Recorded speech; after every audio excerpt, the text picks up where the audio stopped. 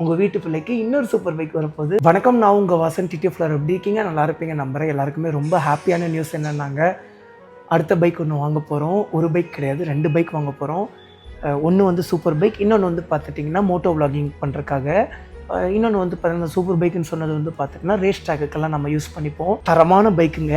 So என்ன அதுக்கு வந்து க்ளூ தரேன் என்ன பைக்குன்னு சொல்லி. முடிஞ்சால் நம்ம பசங்க எப்படி கண்டுபிடிச்சிருவீங்க, க்ளூலாம் தராமே கண்டுபிடிச்சிருவீங்க. பட் ஈவன் தோ க்ளூ தரேங்க.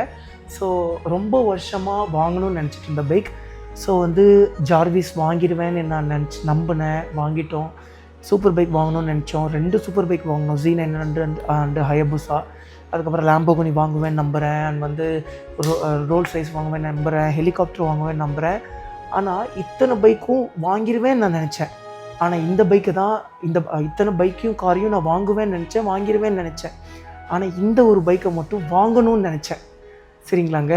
ஏன்னு வந்து பார்த்தீங்கன்னா இந்த ஒரு பைக் இல்லைங்க, இந்த மாதிரி 2-3 பைக்ஸ்லாம் இருக்குது. ஏன் அப்படி நினச்சேன்னு வந்து பார்த்தீங்கன்னா, இந்த பைக்கோட விலை ஜாஸ்தி.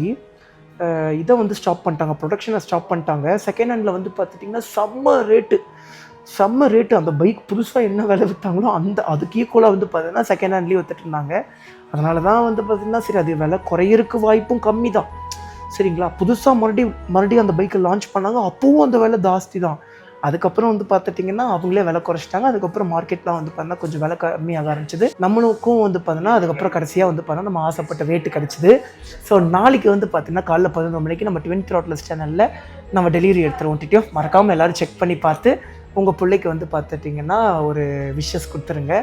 நல்லபடியாக ஊட்டு வாசா, ரேஸ் ட்ராக்லெல்லாம் எதுவும் சேஃபாக இருவாசான்னு சொல்லி உங்களோட அன்பை வந்து பார்த்திங்கன்னா நீங்கள் அந்த வீடியோவில் தெரிய வச்சுருங்க. உங்கள் வீட்டு பிள்ளைக்கு இன்னொரு சூப்பர் பைக் வரப்போகுது. ரொம்ப ஹாப்பியாக இருக்குது. ஆனால் நம்மகிட்ட கார் இல்லை, ஆனால் அந்த லைசன்ஸே இல்லை. ஆனால் இன்னொரு பைக் வாங்குகிறோம். அந்த பைக்கில் என்ன பண்ணாலும் தடுக்க முடிய மாட்டேங்குது. டிடிஎஃப் வந்து எல்லாத்துக்கும் ஒரு கேள்வி இருக்கும், ஏன் வாசா நீ வந்து மாஸ்க் போட்டுட்ருக்கேங்கிறதெல்லாம் அடுத்தடுத்த வ்ளாகில் சொல்கிறீங்க.